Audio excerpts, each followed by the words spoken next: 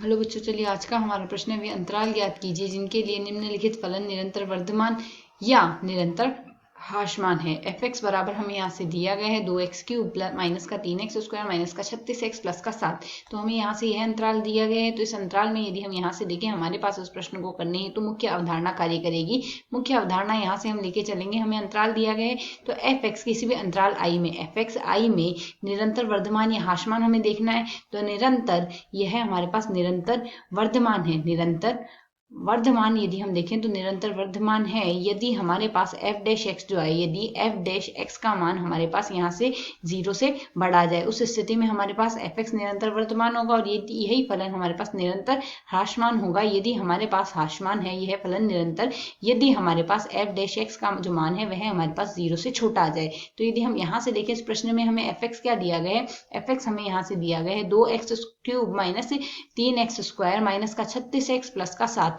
तो यदि हम यहाँ से एफ डैश एक्स निकालें, दोनों पक्षों का x के सापेक्ष अवकलन करेंगे तो x की घात n का अवकलन, x की घात n का अवकलन यदि x के सापेक्ष किया जाए तो मान आएगा nx की घात n-1। तो इसी आधार पर यदि हम सरल करें तो 2 गुणा x की घात 3 का अवकलन आएगा 3x² माइनस 3 गुणा में x² का अवकलन आएगा 2x माइनस 36 गुणा x का अवकलन आएगा 1 प्लस नियत पद का अवकलन आएगा 0। इसे यदि सरल करें 6x² माइनस का 6x माइनस का 36 आएगा।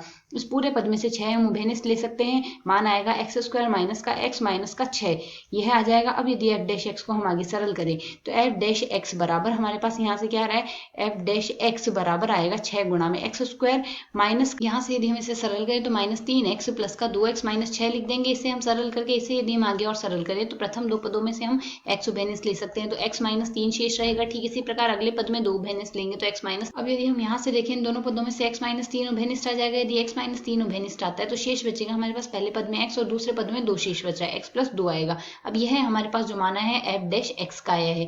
तो यदि हम एफ डैश एक्स को एफ एक्स को निरंतर वर्धमान ले रहे हैं, एफ एक्स निरंतर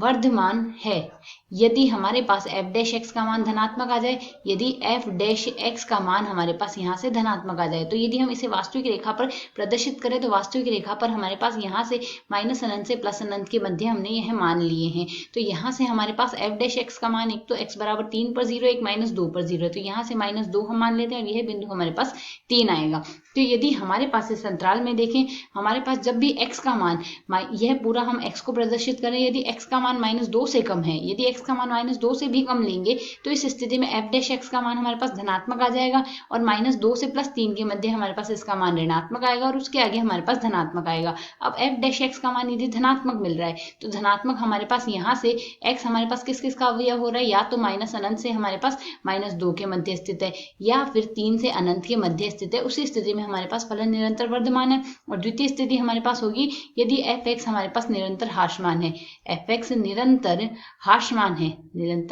ह्रासमान है यदि एफ एक्स हमारे पास निरंतर ह्रासमान है, यदि कभी होगा यह निरंतर ह्रासमान यदि हमारे पास एफ डैश एक्स का मान ऋणात्मक आ जाए, और एफ डैश एक्स का मान ऋणात्मक हमारे पास अंतराल में आ रहा है जब भी एक्स का मान माइनस 2 से 3 के मध्य स्थित है। तो यह दोनों होंगे हमारे पास इस प्रश्न के हल। आशा है समझ आया। धन्यवाद।